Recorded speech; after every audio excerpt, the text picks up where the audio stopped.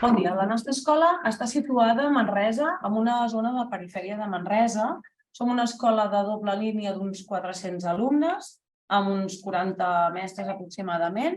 Som una escola de màxima complexitat i la composició de les famílies, doncs, la majoria de les vostres, suposo, que és d'una situació desafavorida, socioeconòmica, i gairebé tota són immigrades. Sí? Això com a cosa general. La nostra presentació us explicarem una mica el context del camí de l'escola que hem fet, amb els canvis que hem anat introduint, com els hem anat posant en marxa i després com ho hem fet, que ha sigut sempre a través de 3 àmbits d'acció. Aquests 3 àmbits els explicarem per separat, però en cap de les maneres tenen aquest ordre. Els explicarem per separat perquè ens és més fàcil d'explicar, però heu d'entendre que un canvi no es pot fer sense l'altre. Per tant, tot el que hem fet per canviar la cultura de centre, hem anat fent canvis a nivell pedagògic i a nivell organitzatiu, però en cap cas és per ordre, tot això. Llavors, els nostres canvis a nivell tant metodològics com pedagògics els hem anat fent, els hem anat entomant a través d'una línia d'actuació molt clara. Teníem al cap que volíem una escola que fos inclusiva, transformadora i equitativa. Són els nostres 3 pilars d'escola. Però els canvis que hem anat fent els hem anat pensant sempre, tenim un objectiu molt clar, volíem saber, havíem de pensar molt bé què volíem fer, com ho volíem fer, per qui ho volíem fer i sobretot a qui anava dirigit. Llavors, si veieu, aquesta és la infografia del canvi, en el qual cada curs hem anat fent una aposta d'un canvi important, hem rebut formació, hem rebut acompanyament. En el cas del curs 2018-19 va ser quan ens vam incorporar al programa Magnet. I llavors, cada any hem anat entomant línies d'actuació diferent. En aquest cas, el programa Magnet ens va acompanyar molt en el tema de l'acompanyament als projectes, amb la qualitat, en l'externalització, amb la comunicació, ens va ajudar molt amb el tema de portes obertes, amb el tema de la matrícula. Un altre any vam entomar el tema del rol de les famílies.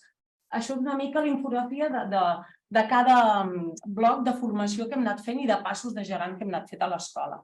Sí? Segueixo. Llavors, el nostre punt d'inflexió va ser, a més d'haver-hi un canvi d'equip directiu, va ser la incorporació de la CIEI. Entenem que la nostra escola havia de ser inclusiva, equitativa, transformadora. Ens vam entrar en una escola on hi havia moltíssima diversitat, com les vostres, i a més entrava la CIEI. Què passava en la nostra escola? Que tu entraves en una aula i hi havia 10 alumnes que anaven amb la mestra d'educació especial, 4 o 5 més que anaven amb l'audició i llenguatge, uns quants més que anaven amb l'auda d'acollida i la de la CIEI es quedava a l'aula. Per què? Perquè ja teníem posada la banya que havia de ser inclusiva, patapam, en aquest projecte vam dir això no pot ser, perquè esclar, si es queda l'alumne de la CIEI, que és qui té moltes dificultats, els altres també han de poder estar i hem de fer el que sigui perquè aquest infant pugui estar a l'aula.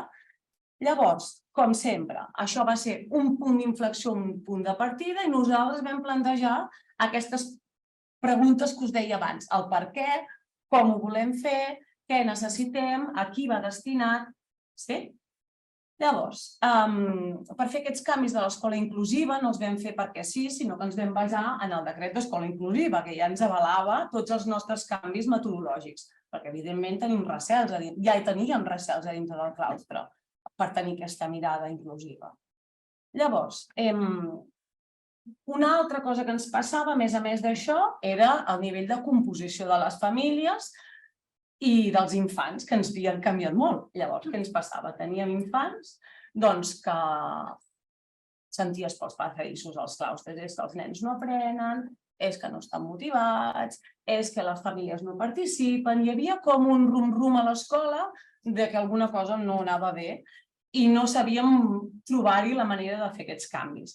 Llavors nosaltres, a través d'un assessorament i de formació, sí que ens vam basar, igual que amb la inclusió vam basar-nos en el decret d'escola inclusiva per justificar aquests canvis, vam basar tots els canvis metodològics, els vam introduir a través de fonaments teòrics que avalessin les nostres pràctiques docents, allò que volíem portar a terme.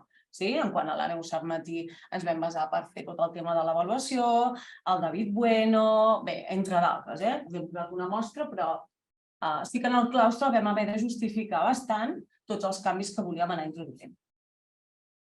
Llavors, com ho hem fet tot això? Això ho hem fet a través, com us hem explicat abans, a través de 3 línies d'acció. Una d'elles, que no és la principal, però sí que és el que va costar més, era el tema de la cultura de centre. Què vol dir això? Doncs és una mica la mirada que tu tens envers tu, com tu fas les classes, el teu rol de mestre, i a més tu, quina mirada tens amb l'infant. Doncs el rol del mestre és el més complicat perquè té a veure amb tu com treballes i com ets a l'aula. I vam passar d'una escola molt tradicional a una escola que volíem gestionar les aules, volíem fer seguiment de l'infant, volíem plantejar sobretot reptes nous per ells, volíem que hi hagués, vam treballar tot el tema de l'autoavaluació, que treballessin en equip, entre nosaltres. I per què tot això? Per aconseguir infants que fossin autònoms, que fossin ells els protagonistes del seu aprenentatge. Volíem aconseguir infants més responsables i tenir clar aquest objectiu d'aprenentatge, que ells el tinguessin molt clar. Per tant, aquest canvi de mirada era com molt important per nosaltres de començar-lo a fer. Què més? Us explicaré el segon àmbit d'acció, que és l'àmbit pedagògic. A l'escola fem servir 2 grans metodologies. Al matí fem projectes des de I3 a 6è, com a les franges del matí, i a la tarda fem caus, que nosaltres anomenem així els ambients, i els espais que es fan a primària. Aquests canvis de metodologia també van implicar uns canvis de mobiliari, tant a dins de les aules com a fora, als espais exteriors, als patis. A les aules són aules que hi ha molt poc moble, està bastant buit, hi ha molt espai. Llavors, què vam fer? Tenim taules rodones per facilitar el treball en grup, tenim alguna taula més petita per fer treball individual i sobretot el que tenim molt marcat és l'espai delimitat de la rotllana, perquè a la nostra escola el llenguatge oral és el pilar, és el fonament. Suposo que a les nostres deu passar una cosa semblant. I els patis també els vam revolucionar. Hem fet unes illes molt xules, hem acostat molt la natura, espais verds, que sé que és un lloc per poder jugar, però sobretot són espais per poder aprendre, són espais d'aprenentatge. Hi ha taules on tu pots anar a treballar tranquil·lament a fora al pati. Llavors, pel que fa al treball per projectes, nosaltres construïm el coneixement a partir del fer, pensar i comunicar. El primer projecte de curs el fem a través d'un lema d'escola, que ja estem treballant ara. Llavors motivem a les famílies, motivem als nens i a partir d'aquí, amb un treball previ amb els nens, sorgeixen les primeres preguntes reptes i els primers projectes. L'espai de la rotllana torna a ser superimportant a l'hora de fer el treball per projectes, perquè aquí, a part de compartir moltes coses que als infants els preocupen i que és fonamental, doncs aquí també el que fem és que sorgeixen les primeres idees investigables, compartim experiències i prenem decisions. Volem saber com tirar endavant el nostre projecte i l'espai de la rotllana és important tant a l'inici com al tancament de la sessió de projecte, per veure on ens hem aturat. Sí que també és una cosa molt important que tenim a la rotllana, és la programació setmanal. Tenim a infantil la fem diària, i l'anem dient perquè encara són petits, costa molt situar-se en el temps, i a primària la tenen tota setmanal i poden anar posant diferents activitats. I aquí és el moment, a vegades, de compartir els objectius del projecte amb aquells nens. Avui farem X cosa, i llavors ja posem el POTSI i ja ells ja saben què és el que farem. Llavors, tot aquest aprenentatge que anem fent i tot allò que experimentem, perquè intentem que tots els nostres projectes siguin molt vivencials i molt experimentals, es va construint a la xarxa de relacions. Ha de ser com molt visual i de seguida els nens se situen, on ells prenen consciència del seu propi aprenentatge, d'on venim, i on arribem i on volem arribar. I on volem arribar és el nostre producte final. Nosaltres valorem molt i treballem molt el llenguatge oral. Un dels productes final dels projectes, que en podem fer un o en podem fer diversos, ha de ser una exposició oral. Llavors, el producte final no deixa de ser una motivació i una excusa per compartir tot allò que hem après al llarg del nostre projecte, amb d'altres companys de l'escola, pot ser a l'entorn, pot ser a fora, amb les nostres pròpies famílies. Nosaltres hem tingut al llarg de tots els 4 anys de Magnet, el nostre partner ha sigut el Talla. És un centre hospitalari d'allà de Manresa. Llavors, per exemple, els nens d'I5 han fet un projecte sobre el cor I un dels productes finals ha sigut una campanya de donació de sang, relacionada amb el nostre partner, ja com per incloure la nostra aliança. Molt bé, llavors els projectes els documentem des de I5 a 6è amb una llibreta de projectes. A I3 i I4 ho fem nosaltres, ho tenim tot a la web, llavors passem la documentació a les llibretes. Una part importantíssima també dels projectes són les sortides. En fem moltes de sortides a l'escola, de teatres, d'entorn, més lúdiques, però la sortida més important ha d'estar relacionada amb el projecte. Fem sortides per anar a buscar aquells coneixements que necessitem per fer tirar endavant el nostre projecte i per donar resposta a la pregunta repte. També fem la codocència quan fem projecte. Som 2 mestres a l'aula.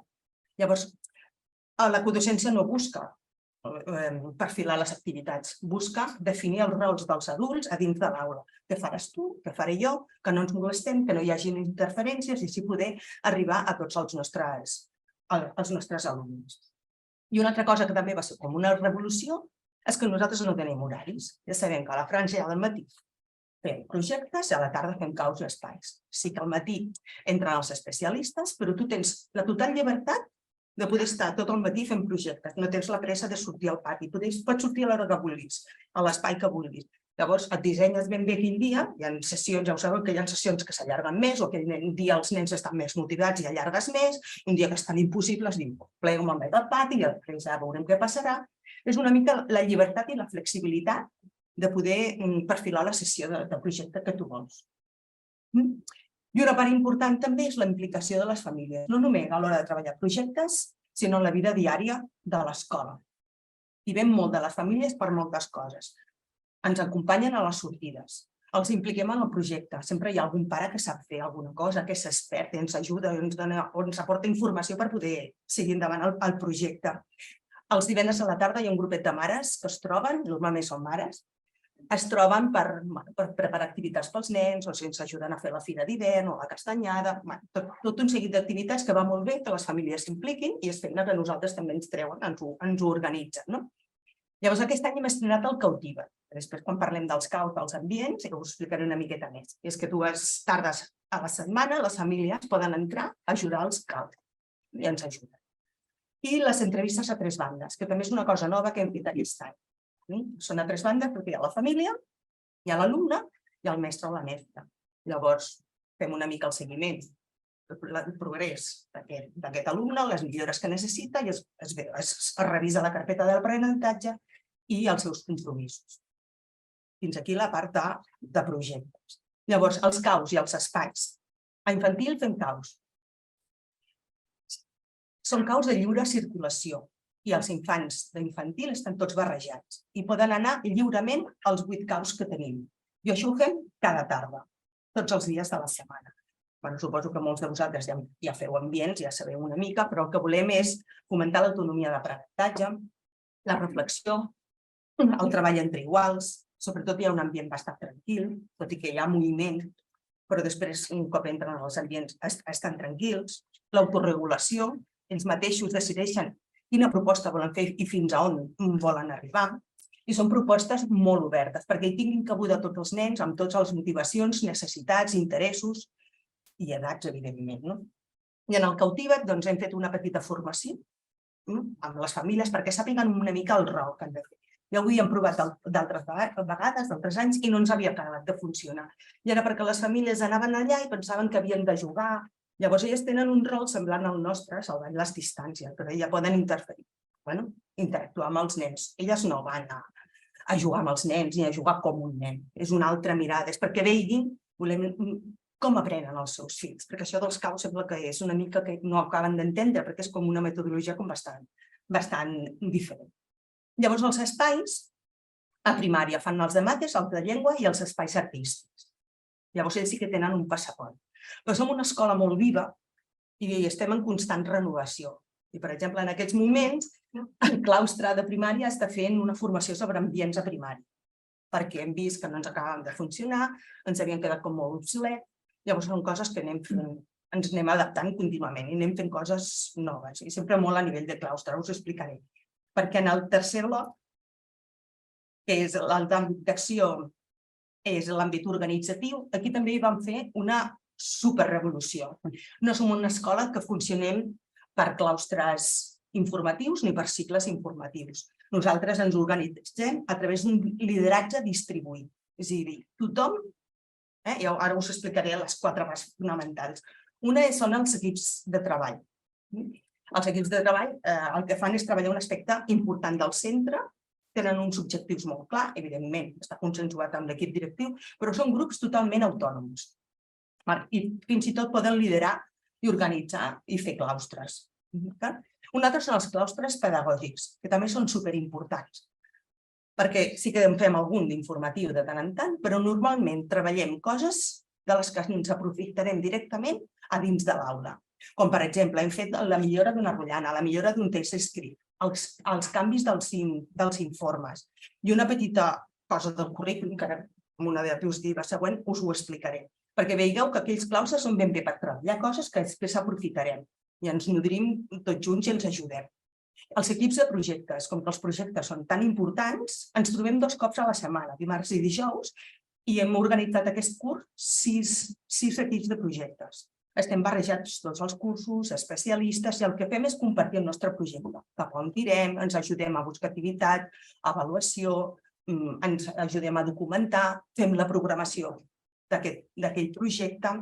I per últim, funcionem molt en plans de millora. Molts d'aquests equips de treball tenen un pla de millora, perquè ens va molt bé marcar quins són els objectius d'aquell pla de millora i els tempos, perquè és la manera d'aconseguir i de complir aquell pla de millora. Ara, per exemple, vam fer el dels CAUs, hem fet el de llengua oral, que era superimportant, i els ambients a primària és el que està en vigor en aquest moment. S'ha començat aquest any, però té una durada de 2 anys, perquè s'anirà implementant a primària aquests ambients progressivament. Llavors, us explicaré molt breument, perquè veieu l'organigrama que tenim, en el centre i l'equip directiu.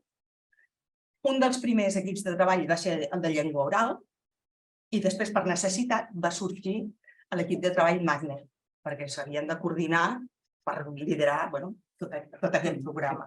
També va sorgir el Consell de Direcció i aquest any, com que ja acabem Magnet, el Consell de Direcció i Magnet s'ajuntaran perquè tenen com objectius molt similars. I d'altres que us puc explicar és l'equip de famílies, que treballa molt el rol de les famílies, com tibar i com implicar les famílies a dins de l'aula.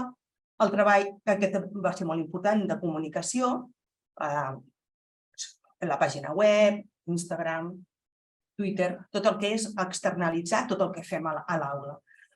L'equip de treball d'exteriors, un cop han acabat tots el que són els exteriors dels patis, ara estan amb els espais interiors, passadissos, aules polivalents, l'espai per famílies, l'equip de treball de codocència, que ja s'ha explicat abans una mica, una pinzellada, l'equip de treball organitzatiu, que perquè m'enteneu són els antics coordinadors i coordinadores de cicle, i l'equip de treball d'art. I per posar un exemple d'un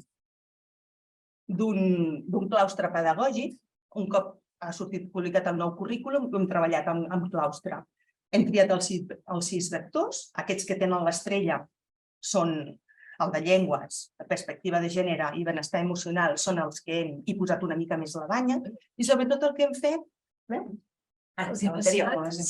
l'anterior, és què fèiem fins ara. Nosaltres hem tingut la sort que a la nostra escola sempre hem treballat d'una manera més innovadora, vull dir que no ens ha costat, aquest currículum nou no ens costarà gens ni mica portar-lo a terme, i hem vist una mica què fem a l'escola, i amb el nou currículum hem mirat quines coses en les que podem incorporar el que ja estem fent. Llavors, per acabar, us ensenyaré aquest díptic, que és el que donem a les famílies quan venen a les portes obertes. Sí que amb tots aquests anys de canvi i amb el programa Magnet, sí que hem vist aquest curs i la matrícula del curs vinent, que sí que hi ha com una tendència a un inici del canvi a la matrícula amb les famílies que vindran. Són famílies joves, catalanes amb estudis superiors, que tenen el primer fill i que han apostat per venir a la nostra escola. No els importa res més. Els queden encantats amb l'escola, amb com treballem i amb el projecte d'escola. Vull dir que queden encantats i de moment esperem que això pugui ser l'inici del gran canvi que estem esperant. Però aquest curs sí que s'ha notat i la matrícula del curs vinent també. Hem acabat. Moltes gràcies per tanco.